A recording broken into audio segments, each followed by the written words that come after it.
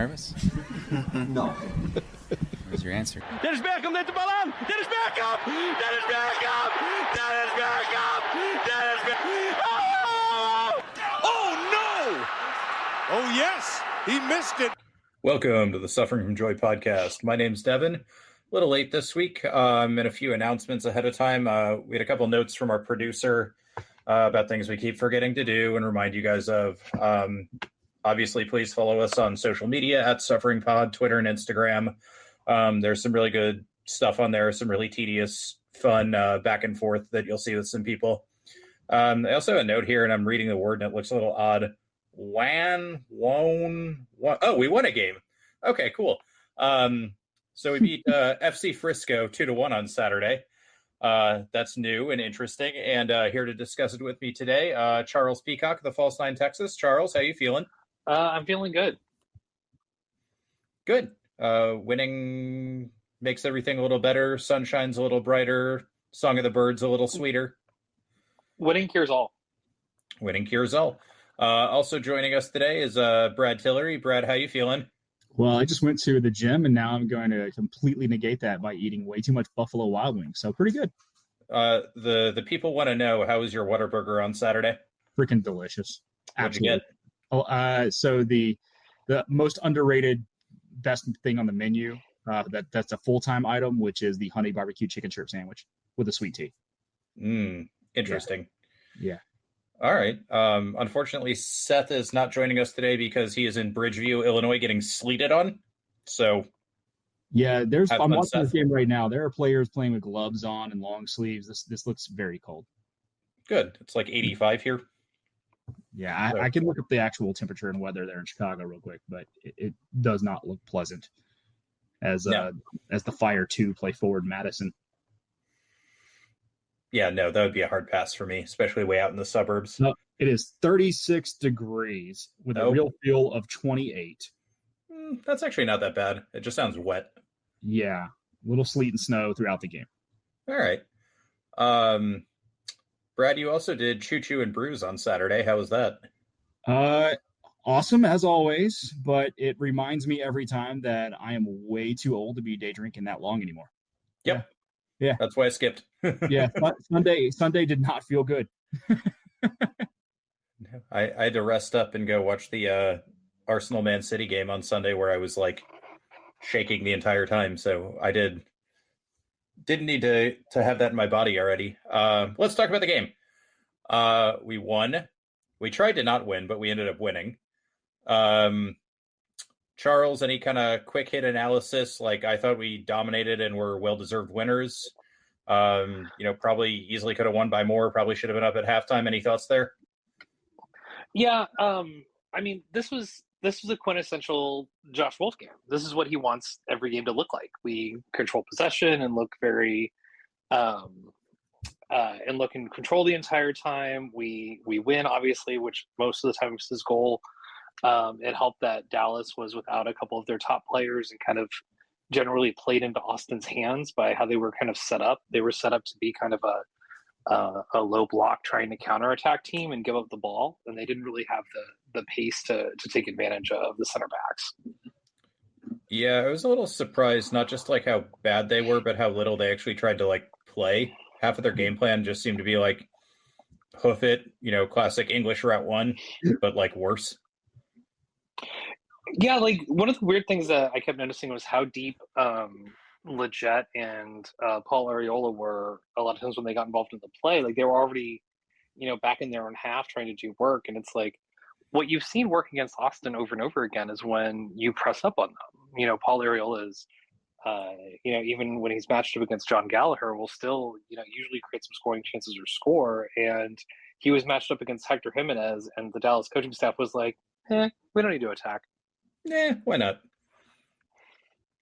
Yeah, they're going through a rough patch, and I haven't looked, but I assume they've got to be ahead of us in the wooden spoon rankings at this point. They are. Behind us, however you want to look at it. They are definitely a little bit behind us, not by much. I think they're 2 points behind us. They're 3. They have 3 points. We have 6. So there's 3 teams below us in the West right now. It's Dallas, our opponents this week, San Jose, and then Seattle. who still did not. Seattle does not have a win, which is one of two teams in the league without a win right now. That's impressive. Who's the other one? It is New England. Oh yeah, I did know that.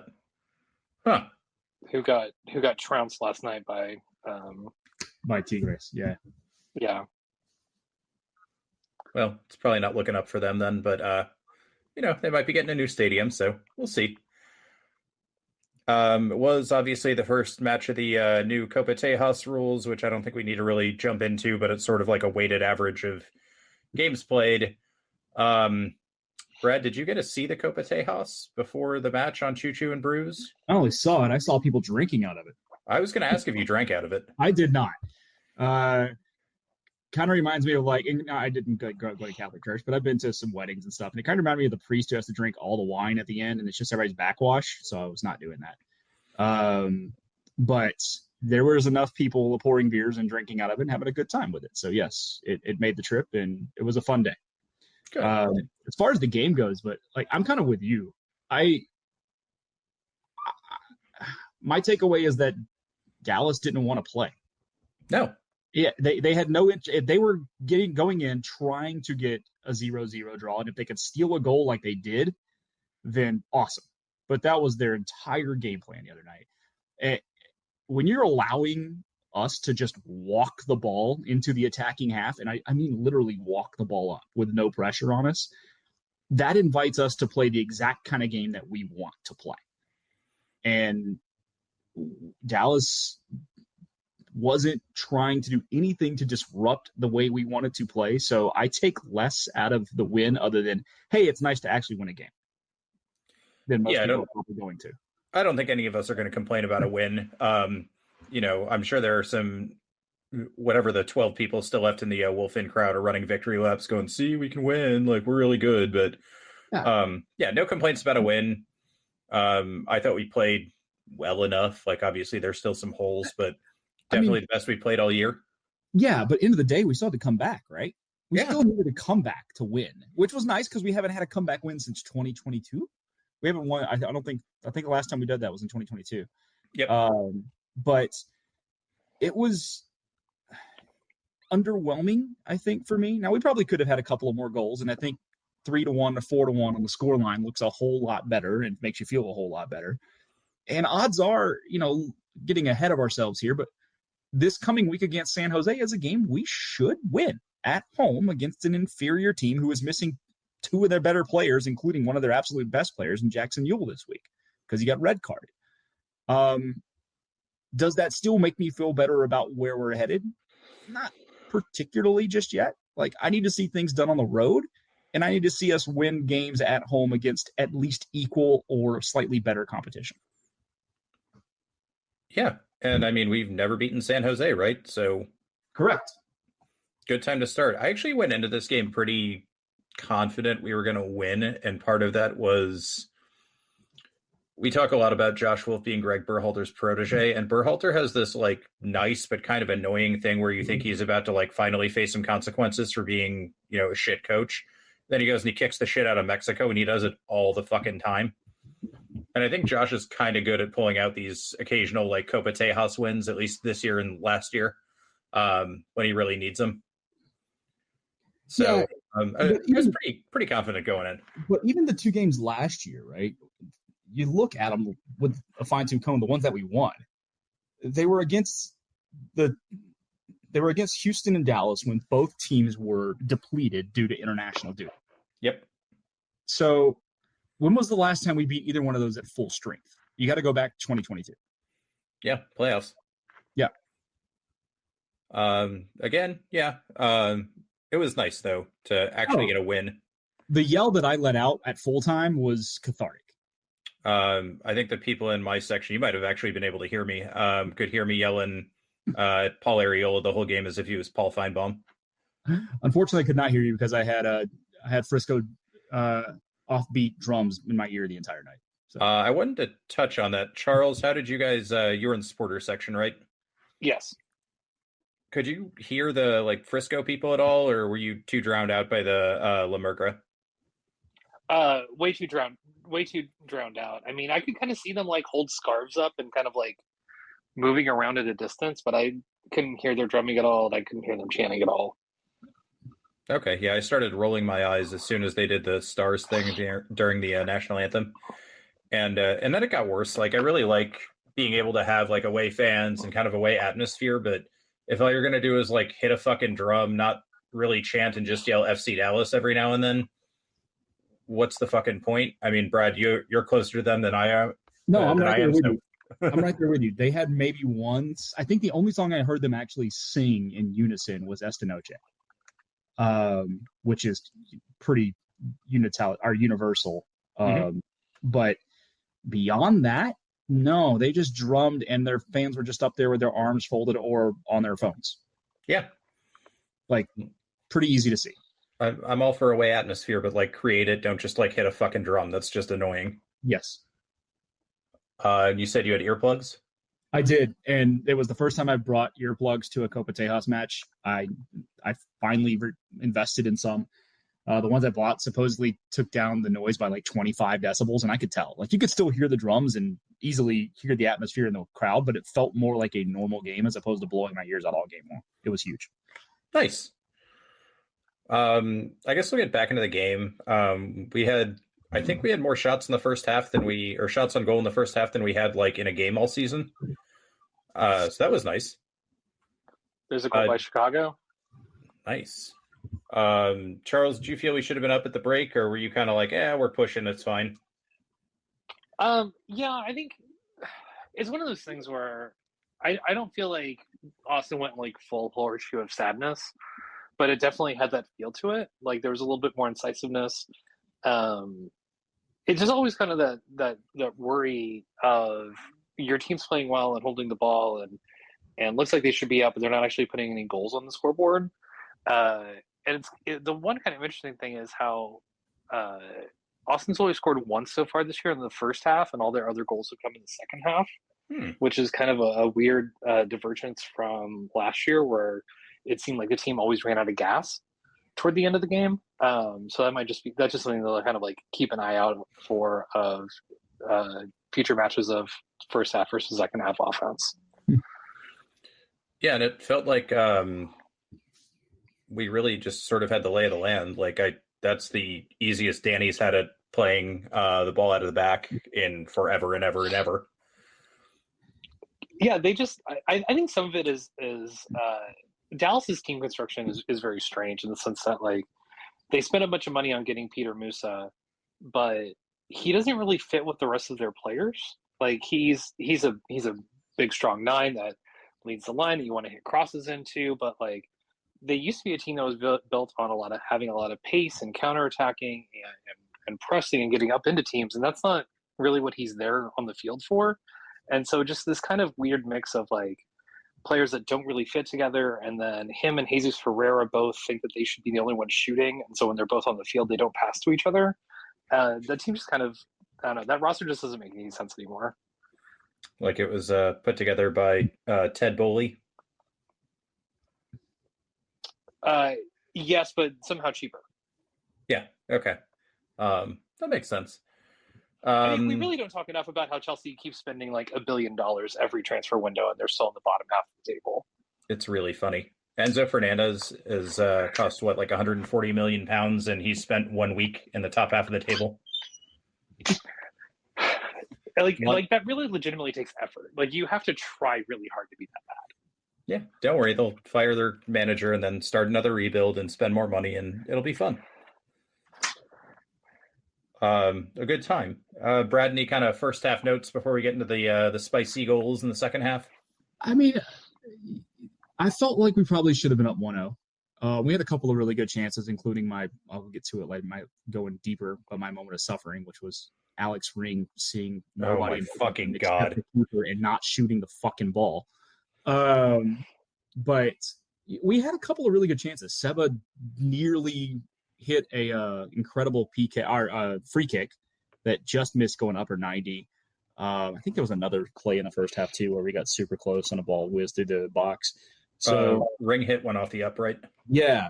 So I felt like the only thing I wish that we would have done a little more of in the first half, I felt like it took 15 to 20 minutes for the team to realize that Dallas had no interest in playing.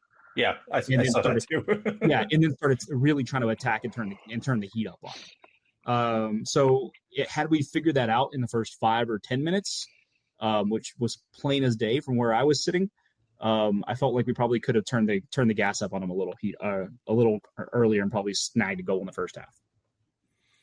Yeah, and I mean, were either of you surprised that our good friend Riggles didn't start?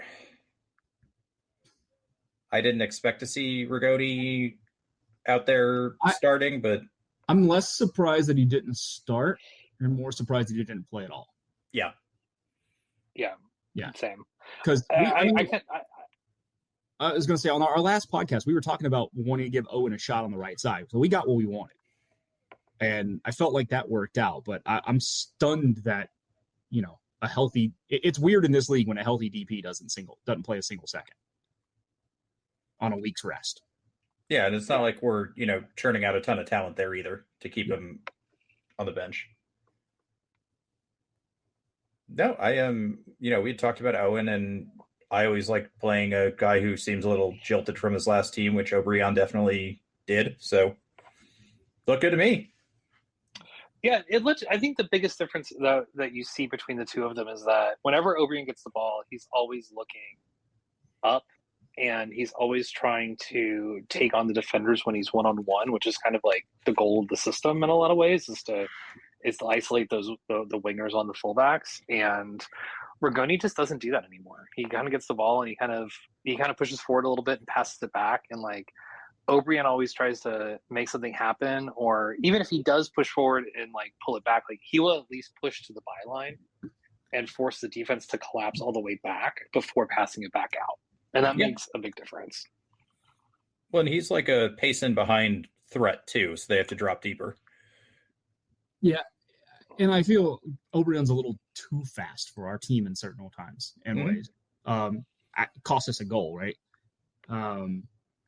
And we'll talk about, I know we're going to get into the second half here in a minute, but much as I love his pace and his ability to stretch that back line, he seemingly doesn't pay attention to what's offside too often.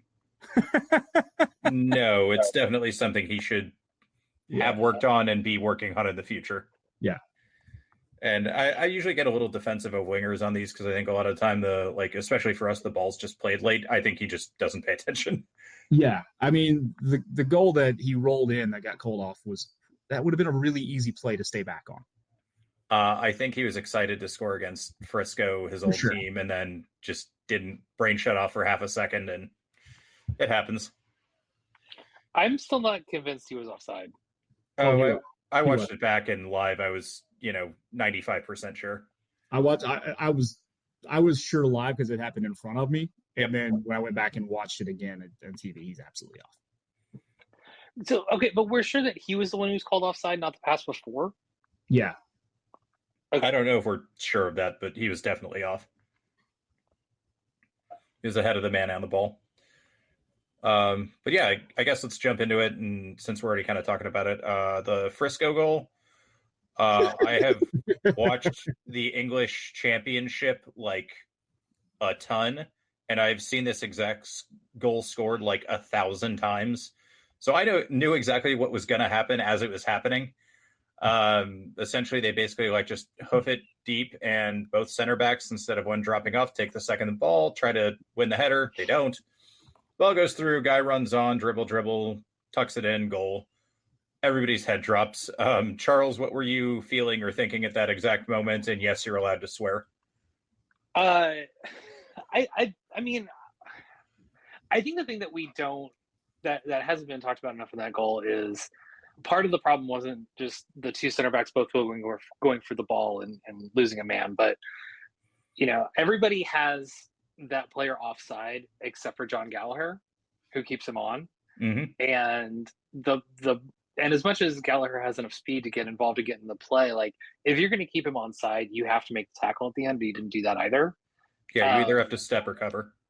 Yeah, you have to do one of those two things. Yep. And he didn't either. And so I thought that was really the breakdown in defense as much of anything. I mean, this is the first or second time that Cascante and Heinze have started together, and I think this is just something that happens when you have center backs who haven't played together very often. It's also the only chance that Dallas had of scoring a goal was just kind of like doing a weird header knockdown, because those are the only two players who were forward for that. Yep. But I mean, it looked pretty grim at the time. It's certainly Julio and Heinz Eich's first start together, but Brad, any thoughts or recollections of here we go again or anything? Oh yeah, it was absolutely, oh shit, here we go again. I was pretty convinced we were going to lose 1-0 at that point, honestly. I know we had dominated the ball and dominated possession, but when you are a team that struggles to score as much as we are and have been, it's hard to have faith, right?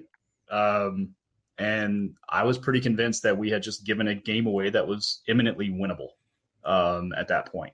It just felt inevitable, but it was nice to see a bounce back because we haven't really seen too much of that lately. I was going to say heads were hanging in the stands, but the team bounced back pretty quick. I thought this was a weird passage of play because we got the ball forward, tried to cross it in. It looked like a clear as day handball, and I haven't been able to watch it back because there's like weird Apple being down stuff right now. I tried to watch it back, and I haven't seen a replay, but I thought it was like for sure a handball.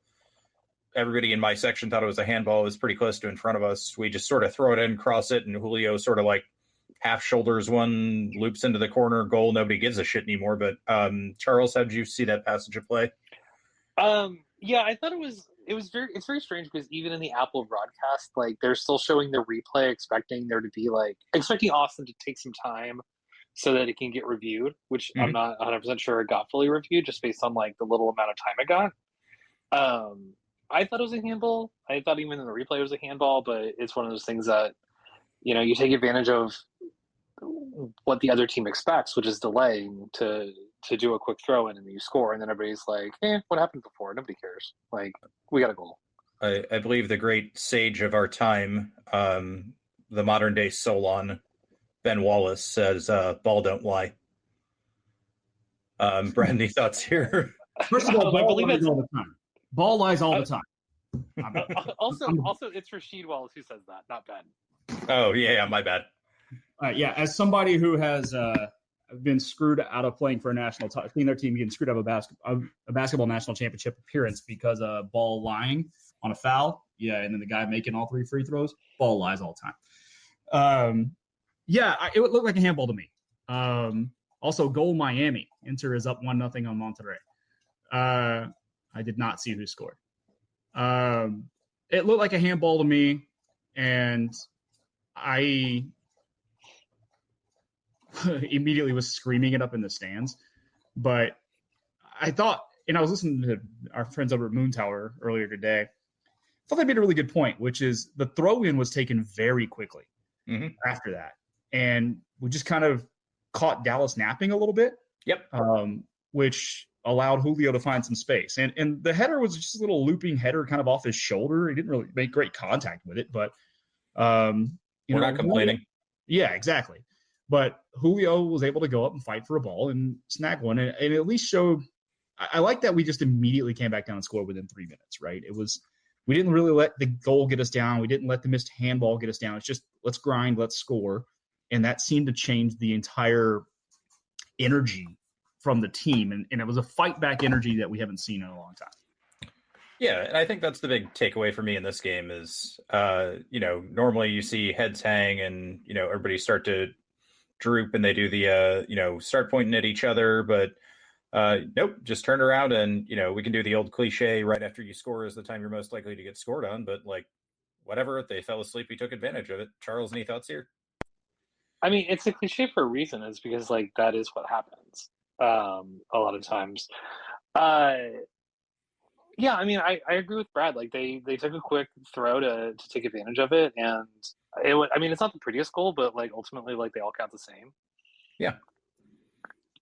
I'll take an ugly header or a beautifully worked 95 pass, whatever. They're all one tally mark. Right after that, we kind of covered it a little bit. We get this beautiful ball through from Seba. Rubio runs onto it, nicks it forward. Basically, keeper's all the way out. He can either shoot or pass. He chooses to pass. I think O'Brien got happy feet and got excited, puts it away, crowd goes nuts, flag goes up. You guys worried we weren't going to get the winner after that? Sorry, I was on mute there. No, I'm actually wasn't. I felt at that point the field was pretty tilted in our favor, even more so than the first half.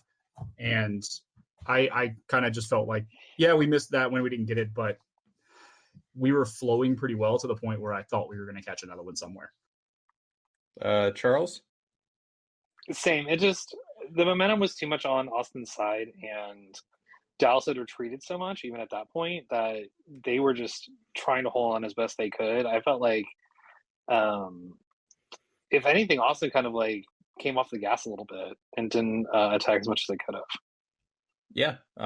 At that point, I was thinking 3 or 4. But we did end up getting a winner a few minutes later. You guys told me to announce, by the way, my beat ups has arrived. I'll be back in 2 seconds. All right. Well, while Brad is collecting his Buffalo Wild Wings, which I guess we can call and see if they want to sponsor us, want to also shout out to our friends at El Farolito. The Burrito Boys from San Francisco made it to the 3rd round of the U.S. Open Cup. Long live the Cup, and I hope they continue doing well. You want to set the scene for us while Brad's getting his wings for how this goal comes up? Yeah, the goal ends up. It's a really great moment of, and something that we don't see that often, of the striker really recognizing when there's space behind, and Driussi also just like, I feel as though a lot of times like Driussi's playing a different game than everybody else, just from a mental perspective, because he sees things that everybody else doesn't. Yeah, and like, this is a great moment of having a striker who's smart enough and skilled enough to see that run needs to be made and making the run, and just something that Austin hasn't had, I don't think, ever really. And it goes to show like how much more of a playmaker Driussi can be if he has weapons around him who can make the runs that he sees, instead of him just kind of sitting there and being like, oh, that's open, oh, he doesn't see it, I can't pass that ball. So I was legitimately getting frustrated before this goal, because I was sitting in the stands going, why is Driussi playing further back than Alex Ring from the box at times? And then like 2 minutes later, Sebas decides to put one right on Rubio's head. But yeah, it's nice to see that we actually have a pairing of guys who seemingly understand what each other wants to do. And Rubio especially just brings a different dimension to this team that I don't know that we've ever had at that 9 position. Yeah, he's very intelligent, makes nice runs, always going at it, full energy guy, and he's kind of a fucker too. Yes. So kind of having all of that stuff together. And I mean, this one, he sort of like nods at Driussi like, hey man, you see this too, right? And then Driussi puts it, the one spot he can get to it, and there's pace on it, and that's a hell of a header. I think it looks a lot easier than it is. Yeah, it's also a really good finish by Rubio. I think, going back to what Brad said about Driussi dropping deeper than Ring, I think that's intentional, in the sense that Austin likes to have Driussi arrive late into the box to let him kind of see where the space is and move into it, more than they want like Ring doing that. And so I thought it always kind of looks funky, and it kind of seems counterintuitive, but it makes sense from that perspective if you're trying to let your player pick and choose his spots of where he can get open. Well, to illustrate your point there, it was in the first half maybe where Ring whizzed one across the box, and Driussi was there back at the spot, just standing there at the spot with nobody around him. Would have been an easy goal, and Ring didn't see him. So yeah, I think on that, like, there's 2 Austin players running into the box. It's O'Brien and Rubio, I think, and their defenders. And I get the impression of just like, hey, hit it in front of the box, and like, there's 4 different players who are facing the goal when you put it in. Like, the chances of the Dallas defenders not accidentally scoring by themselves are really low. But at the same time, like, you have to have the awareness that like your guy is in the perfect spot to finish. Yeah. I mean, there's nothing wrong with kind of whizzing it across the zone of uncertainty. That's how, shout out to our FCTO friends who got their first win on Wednesday or Thursday of last week, Thursday.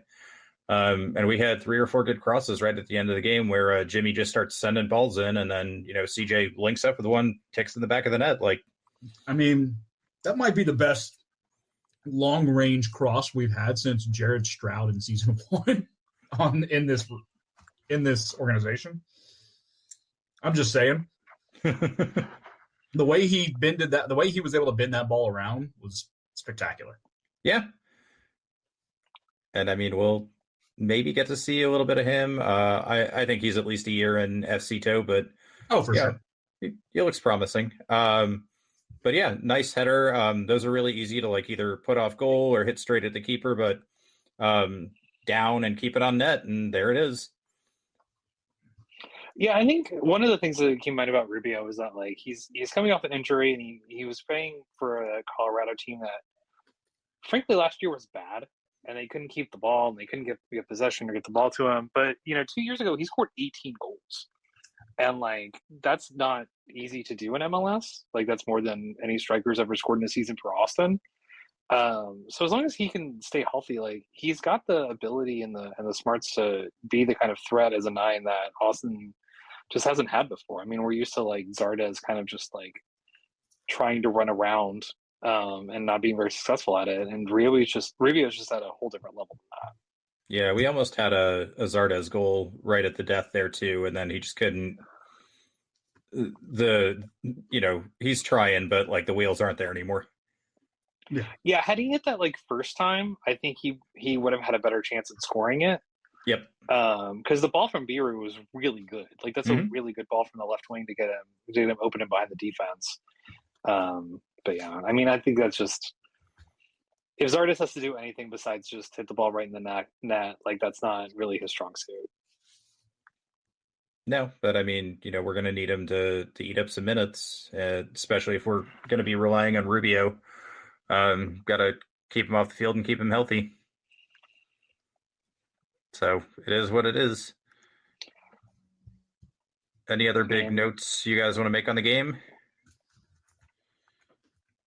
No, I mean, I thought it was kind of just a straightforward game, right? It was, it was a deserved win.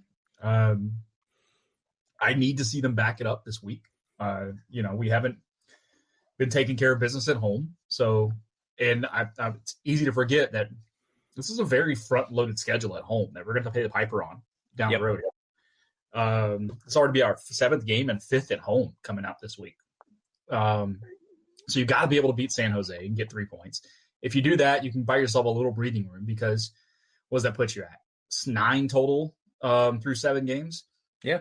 Finding 1 out of the 3 after that, it's not the easiest task in the world considering where we have to play. On the road at St. Louis, on the road at Houston, and then back against the Galaxy, who look like a potential MLS Cup team. So, that whole, are they going to get to 10 points in 10 games question is still very valid right now. Yeah, and I don't think anybody had high expectations for this season, but we've always kind of said, just sort of hang around until we can get reinforcements in the summer window and, beat San Jose, maybe steal a point in the next 3, steal a game here or there. We're in the conversation, I guess. Yeah, so one of my kind of worries is I feel as though early on in the season we kind of looked at the schedule a little bit differently in terms of difficulty of opponents, but you look at it now and it's we played Seattle away in a really ugly match. Seattle hasn't won a match yet. We beat Dallas at home. They're in 12th in a 14-team league. We drew St. Louis. They're 10th. Austin's currently 11th. Just based on form, the teams we're playing who we expected to be better just aren't. Orlando City's in 13th in the East. Mm-hmm. Really the only one who's kind of as good as we kind of expected is Philly, and they're still in 7th. So it's not been as difficult of a schedule as we thought coming off, and I kind of am worried that Austin hasn't banked more points at this time. Yeah, but I mean, it's MLS. It'll all shake up, and a lot of those teams are stuck in CCC hell, too. Yeah, Philly's rounding back into Philly. They got a nice little 2-0 win last week against Minnesota after a win the previous week on the road. I think Philly's becoming Philly again. and what we expected them to be. Everybody else, though, has been bad. Like Orlando's been really bad. Now, how they play coming off of finally being out of CCC and finally have everybody back from international duty, the next few weeks is really going to tell you what you have in Orlando. Yeah. All right, you guys ready for the funnest question we're going to do today? Let's do it. Charles, I'm going to let you go first. How long did it take you to no longer be happy that the regular refs are back? You know, they built up a lot of goodwill by coming out and immediately like applauding the supporter section, but I immediately was just kind of like, oh, we're definitely getting a penalty today. And then there was a foul in the box that I clearly thought was a penalty that didn't get called. And immediately I was just like, oh yeah. Is that like Obrion getting shoved from behind? Yeah. I think it ended up leading to a pass yellow. Maybe it was Owen. I don't remember. Yeah. We haven't talked about Owen, who played a really good game on Saturday night. Yeah. There was one that they had like a really long review on, and we all thought we were going to get a penalty, and they never, they didn't even send the guy to the monitor. Yeah, that was the one that I was talking about, and just kind of like, oh, so we're still pro level refereeing. That's great. Yep. But I will say, like, the one good thing, especially in talking about the Paz or Paez or however you say his last name, in the first half there was nearly like an actual fight. Yeah. Between him and Rubio, and something we've talked about week after week is how the replacement refs weren't able to really control the match in terms of like the players and what was going on the pitch. And I really do think that like there possibly could have been like a legit kind of fight or some kind of like scuffle had we had referees who weren't as capable at handling the game as the ones we had. Yeah, that's a good point. I was also frustrated with the penalty, but that's a very good point about the Paz. And like that was weird. Like Paz came after him, and then Rubio kind of went down easy, but like he also, was like really unnecessarily going after Rubio. So an experienced ref, it was kind of nice to have, and like you said, kind of take the temperature down. Brad, what'd you have to say here? I honestly didn't have a point where I got pissed off at the refs that bad the other night. I thought the ref called an okay game. I thought the ARs were solid. It was not, you could tell the game was just being called in a cleaner fashion, was less disjointed. The ref positioning was in the right spot. So I was very, very pleased. Yeah, I thought the AR on our side was out of position a fair amount, where like he was not really trying to run to the like back defender or anything. He was just sort of like, oh shit, I forgot I'm supposed to be over here. And like I don't know if he blew any calls or anything, but felt like there were a couple of offsides against us that maybe they could have let go and then looked at later. But yeah, it was nice that they came out and kind of applauded the supporter section. But we kind of covered the other penalty shout that we had, and the ball ended up in the back of the net 30 seconds later. So yeah, no big complaints on my end. No, and I'm glad that they got taken care of. It sounds like obviously they get everything they wanted, but some pretty significant pay raises and health insurance type stuff. So I'm pretty happy for the refs that they got what they needed. Yeah, they get first class on last day of the season in playoff games, moving on up in the world. So we talked about kind of the initial like battle lines. I think all of us were mostly on the ref side here. What does first class on Sun Country look like? I don't know. Closer to the front. They let you keep the whole can of soda. I don't. Because I don't know if you guys ever flown on a Sun Country plane. It's not overly comfortable, and that's what we fly our team on every week. Yeah, it's those like really thin plastic chairs, kind of like are not kind of really thin chairs with the veneer covering that just aren't that comfy at all. Are we still nominally sponsored by KLM? I have no idea.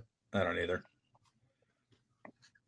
We have an official sponsor for everything, so who knows? You guys want to get into the fun stuff? Let's do it.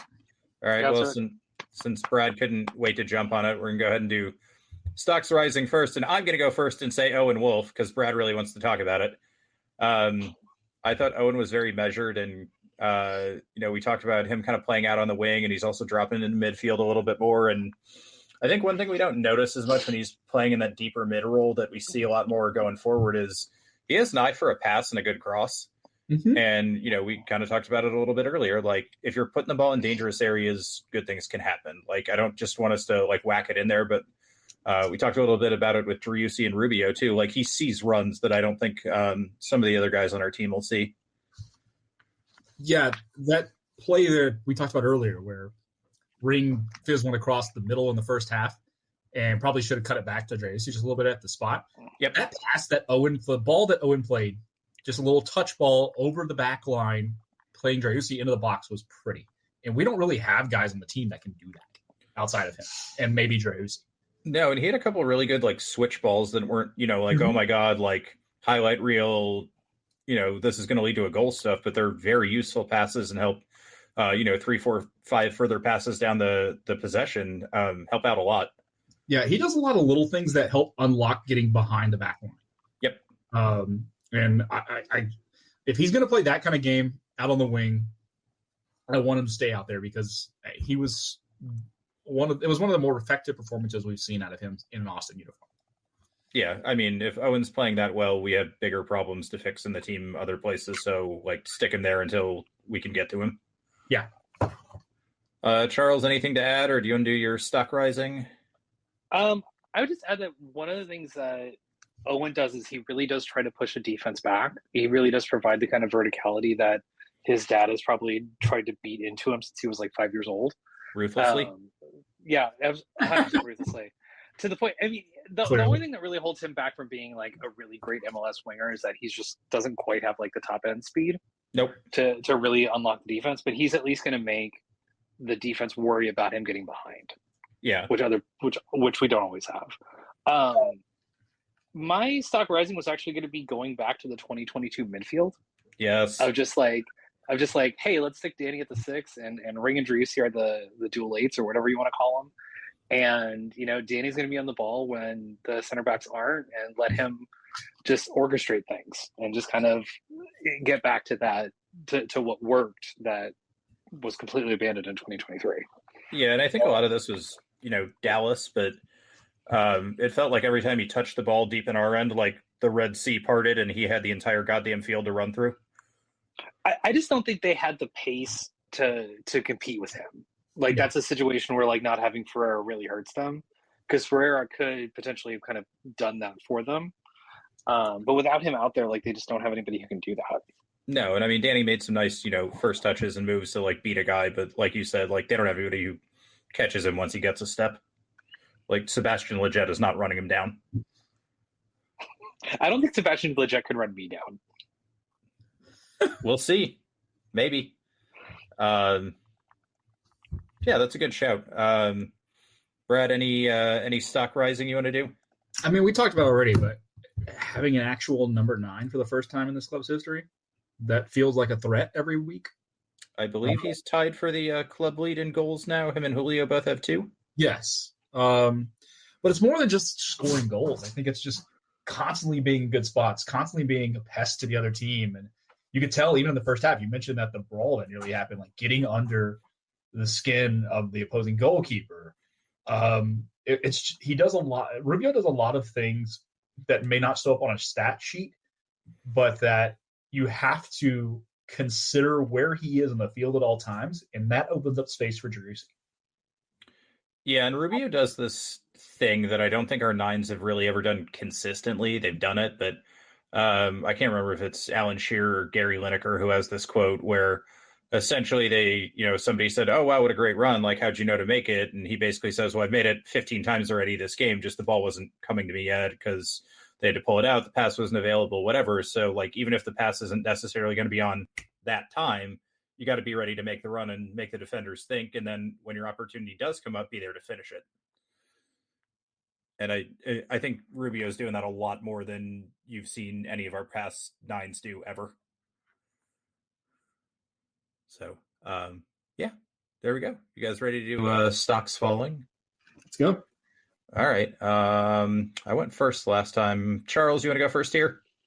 Yeah, my stock falling, assuming it can continue to fall, is Rigoni. Like was kind of discussed earlier, like a DP being what's essentially a healthy scratch in this league.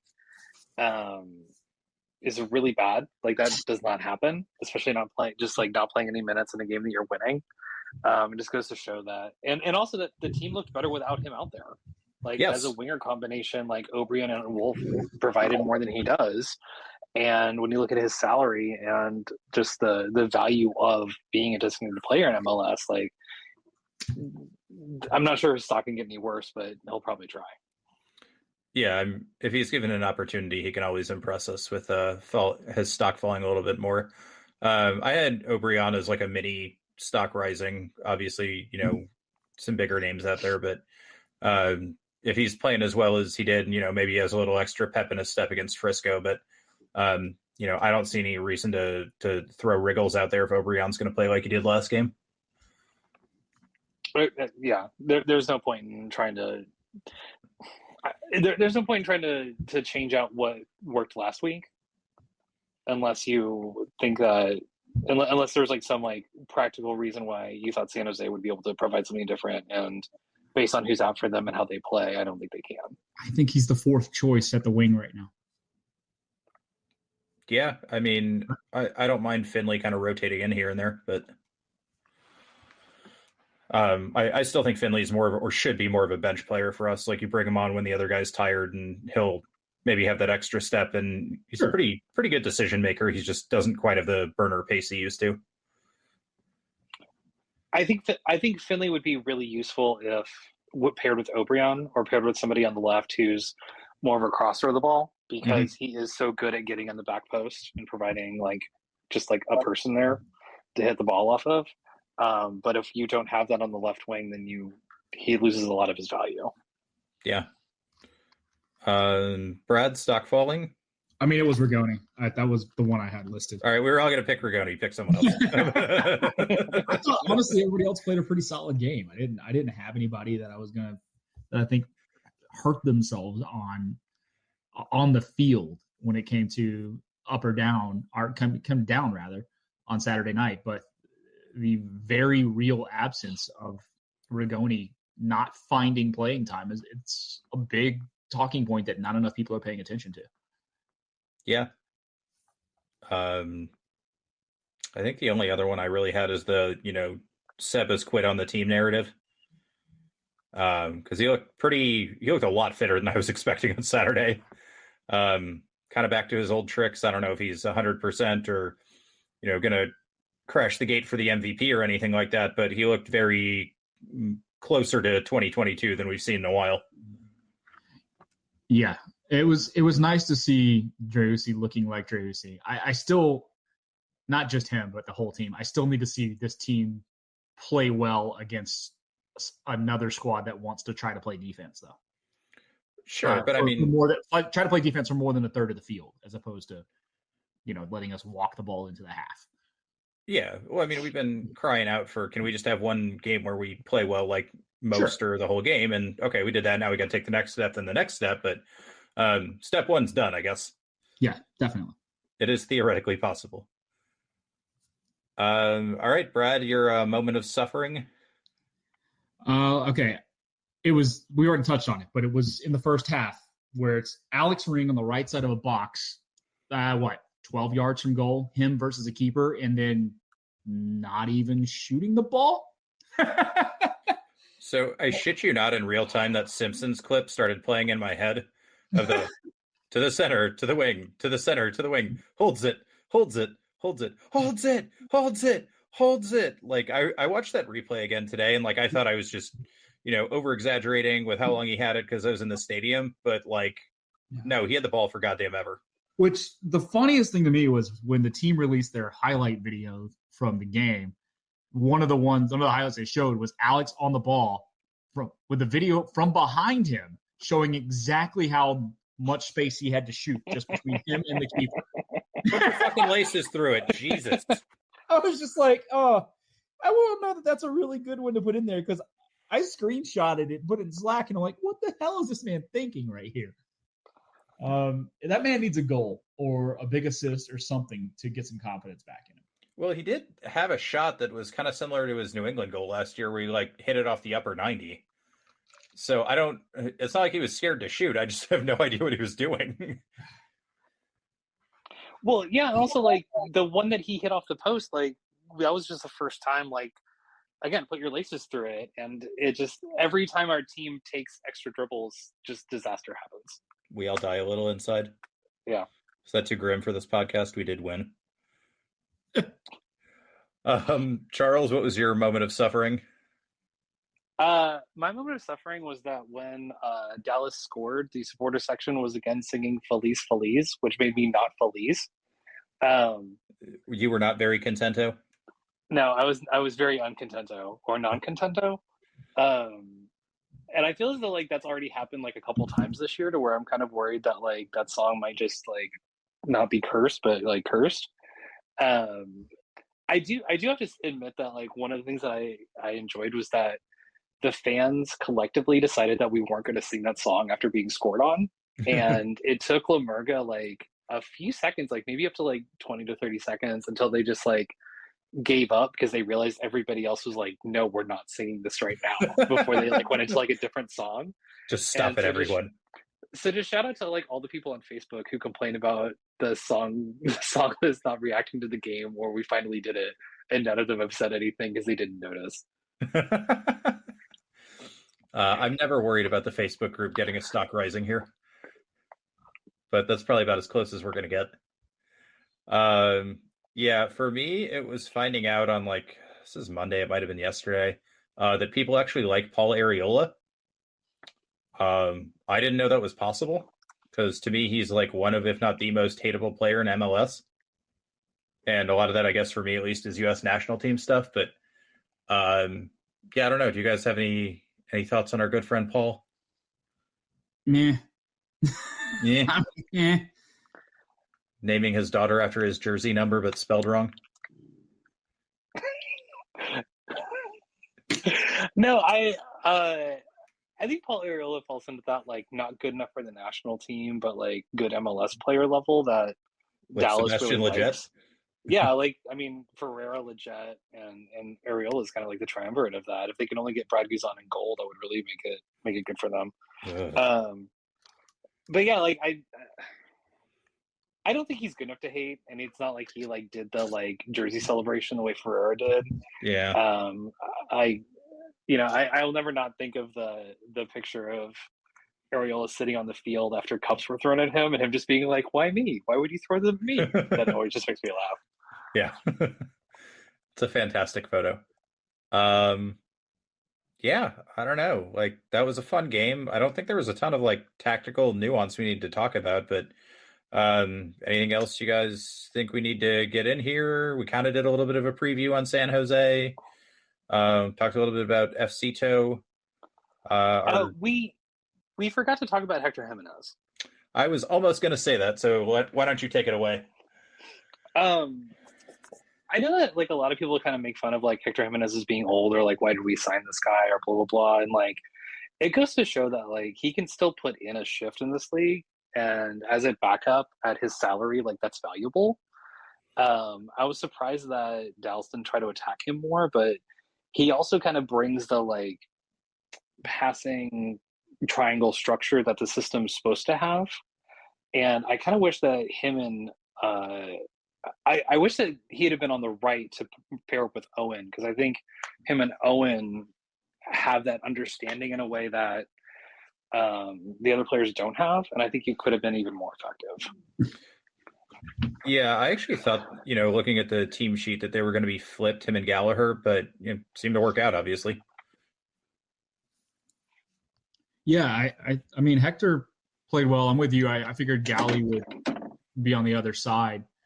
But I don't know that it's something that we can run every week with Hector. It might just be matchup dependent, but he was solid. And then Biru came in and put in a pretty decent little 20 minutes himself, including that ball to Zardes, right? So that ball to Zardes was really well done, that he couldn't finish on. So it's weird. I was thinking about this earlier in the week. Once we get Dessler and once we have Vicenen back, it'll be the first time ever in Austin FC history that I will not be worried about the depth on our back four. No, and I was going to do a brief little shout out too. I thought, like goal aside, we talked about it. Heinz Eich was very solid. Second straight week. Yeah. I mean, he played well with Hedges. He played well with Julio. Maybe he's not like a top end, long-term MLS starter, but the guy's useful. I don't mind him eating minutes. It's better than sticking Ring back there. Yeah, I mean, like we said when we got him, he started 20-something game or 40-something games in like 2-year span. Yeah. Just a couple in the last couple of years. So it's not like he doesn't have experience in the league at the level. Him being able to spell Hedges at times to give the older guy a little break on occasion, having some rotation possibilities when we get into those midweek games here in May, it's a nice luxury to have. And then when Weissman comes back, we really do have a couple of we have decisions to make at the center back position, to be honest with you, on who plays every week. Yeah, and I think with the heat around here, we're going to see some rotation. It's nice to be able to rotate. Yeah, it feels good to actually have depth at the spots where we have really never had depth. Yeah, and I'm hoping that'll kind of keep the injury bug away too, so we're not really, really pushing people. Yeah, unless we need to. Charles, anything else you want to add? No, I think it's going to be interesting to see who the first choice left back is when we have options between Gallagher, Kolmanich, and Biru. Mm-hmm. Yeah, I wonder too how long it's going to take before we actually get like Dessler into the country and all that good stuff. So, I mean, I realize we're missing Seth, so we're not really going to know the answer here, but like his contract with Toulouse ends in June, but we can't. June 30th, but we can't bring him in until July 14th. Yeah, it starts like mid-month, the transfer window. I think you integrate him to the team with Leagues Cup, and then you'll see him play MLS games come August. But here's my question there. It's not a transfer, it's a free agent signing. So does that still apply? Or can you sign free agents outside of the window? I'd assume you can sign free agents outside of the window. Like, I know in Europe, for European teams you can, but MLS is fucking weird, so. But his contract probably runs through June 30th, though, right? Yeah, end of June. But that's still 2 weeks before the window opens. Well, fair. I still think with that time, they'll only give him a little bit of time off, too, coming off the French season, although he probably will have a month at June because Toulouse will be done at the end of May. Yeah, well, I mean, like, whatever, sign him on the 1st and start his visa paperwork or whatever, like. Yeah. I don't know. I feel like the first time we see him get run out is probably going to be Leagues Cup. Yeah, I would say that's about right. But you never know. It's fine. If you're going to give a guy a run out and we haven't played him in the tournament that I don't care about, it's fine. Do it at home, get him used to the heat, and then let's have him ready for MLS play a few weeks later. For the games that really matter. The late season Copa Tejas matches. Yeah. No, I think that's about it. I do have to ask, Brad, what kind of wings did you get? So I got Caribbean jerk, teriyaki, and spicy garlic. Boneless or regular? We went boneless because Carrie likes boneless. Okay, that's a good answer. Yes. Seems fair. All right. Well, on behalf of Charles, Brad's Wings, Whataburger, whatever food stuff we're going to be sponsored by next week, and Seth, who hopefully hasn't frozen to death in Bridgeview, Illinois. Yeah, I'm looking for him on the still shot. I don't see him. So. All right. Well, that could be a good thing. Could be a bad thing. hopefully he's under an awning, getting either a drink or food that is warm. Well, the last time we didn't have Seth, everybody freaked out. So I got to keep updates on where he is. Yeah, at halftime, Chicago 2 is up on Madison. Okay. Wait, 2? They're up on 1, right? 1-0. Oh, you said Chicago 2. Yeah. Sorry. Okay. Let's not fucking do this. It happens every time, like when the announcers at FC2 games say Austin FC2 too, and people go, what? So let's not do that. Next time we go, I'll make sure to get a full rundown on Waffle House from Brad too. But yeah, on behalf of Charles, Brad, and all the other stuff I already said that I forgot, thanks for suffering with us. Bye. Promise here for Austin Jarrett Stroud. It's Diego Fagundes. He has written his name into Austin folklore. They just won't go away. Oh, he hits the upright again. That's impossible. The Bears' season's going to end on a double doink. Altidore squares it. Dempsey's missed it. Donovan has it. From hope, there is glory.